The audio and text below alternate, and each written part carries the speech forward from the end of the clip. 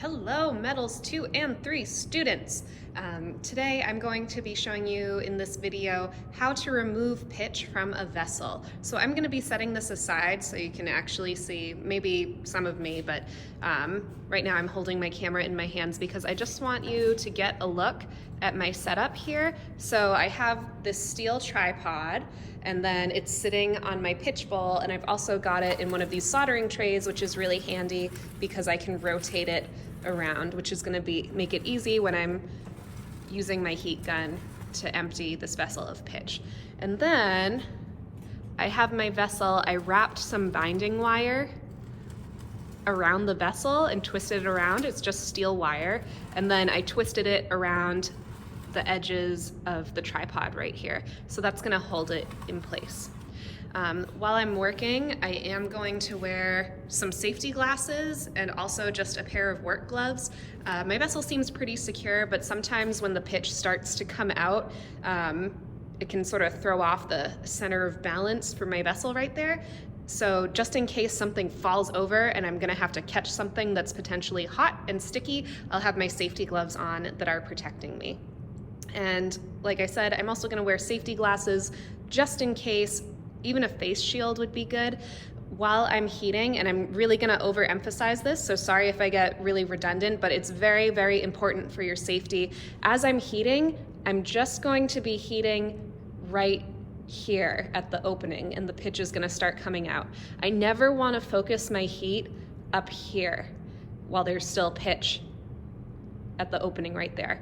The reason being is that it doesn't heat up evenly. So if I was just focusing my heat right up here, then the pitch in here would start to get hot and bubble, and actually the pressure could cause my bottom here to rupture and explode, and then I would have molten pitch all over my face. That wouldn't be great. I would probably, get some serious injuries, possibly some scarring. There is a reason why in medieval times they used pitch to pour on people who are invading castles. It's because it's not a fun experience and you can really get injured. So never ever focus your heat up here. Occasionally I will when I see all of the pitch is out except for maybe a dollop up in here. But for the most part, I'm just gonna be heating the outside here with my heat gun while my pitch comes out.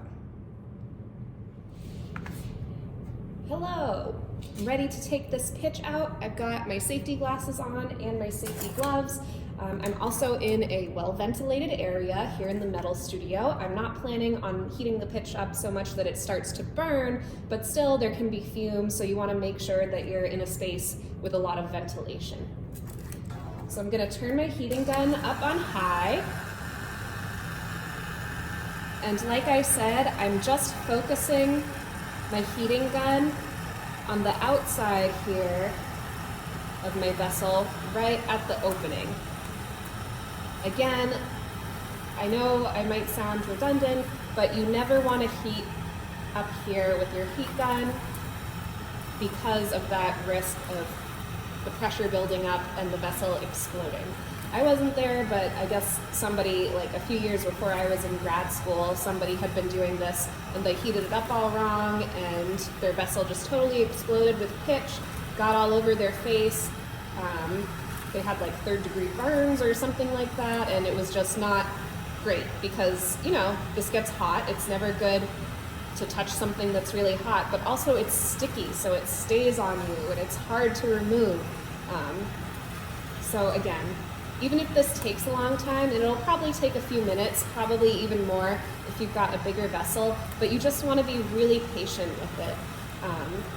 Even if this takes a while, you never want to risk your safety just to try to do something fast or quick or because you're being kind of lazy. It's just not worth it. So I will continue heating this up, and I'll probably turn on my speedy cam so you don't have to sit here and watch just this for 5 minutes, but you can see the process. So I'm going to continue to spin this around and just heat it. And if you don't have this kind of lazy Susan type of tray at home, you could always just move your heat gun around your vessel. But this way I'm making sure that I'm heating that opening area very evenly. And you'll start to see the pitch as it's getting more molten. A little bit will start to drip out, and then some big chunks, and then eventually, usually it just all comes out.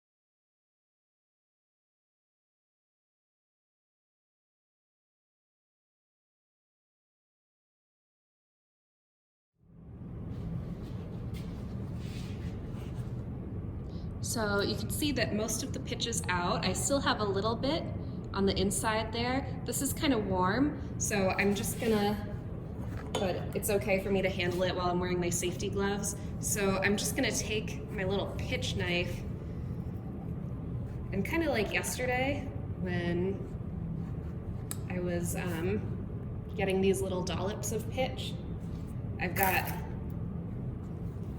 my Tupperware water in the bottom right here, and I'm just scraping out as much pitch as I can save, because anything that's still in there that we can't get out, we're gonna have to burn out. And I wanna be able to save as much pitch as possible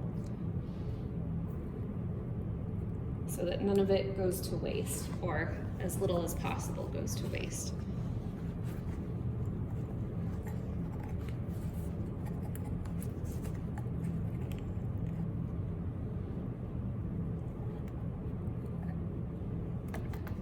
Dunking that in the water there so I can break off these little pebbles of pitch.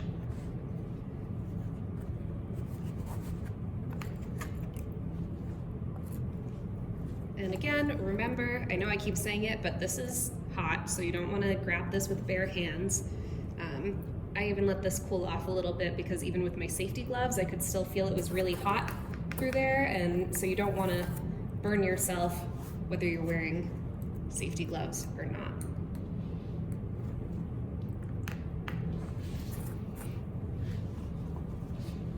All right, there we go. So you can see there's still some pitch residue in there.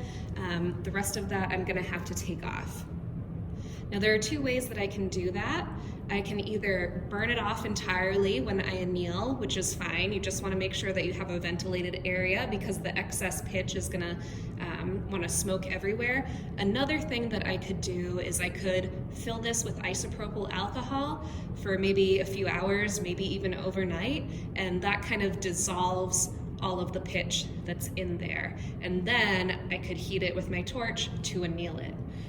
Since I'm just making this video really quick in the studio, and I want to be able to upload this as fast as possible for you while you're working on this piece at home, I'm just gonna take off my binding wire and then I'll anneal this. But again, make sure that if you're gonna burn the pitch off, even if there's not that much residue, it still gets really smoky, so you wanna make sure that you're in a well-ventilated area with ventilation. Otherwise, I would probably go for the isopropyl alcohol, which is what I do usually, and just let this sit for a few hours, even overnight, and then in the morning, most of that pitch residue will be dissolved.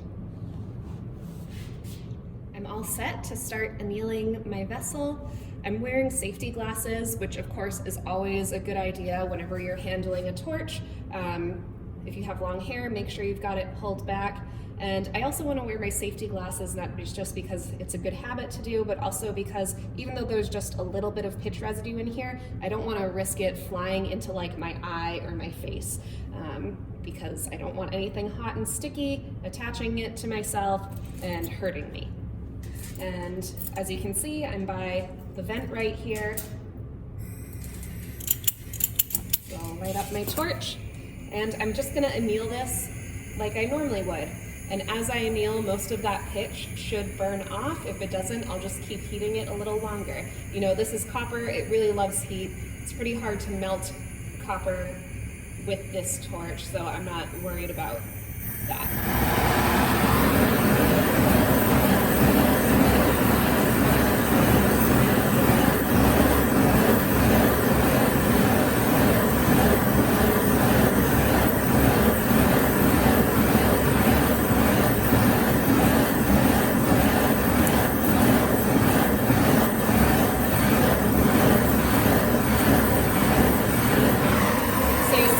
Pitch is burning. That's why I want to be in a well-ventilated area.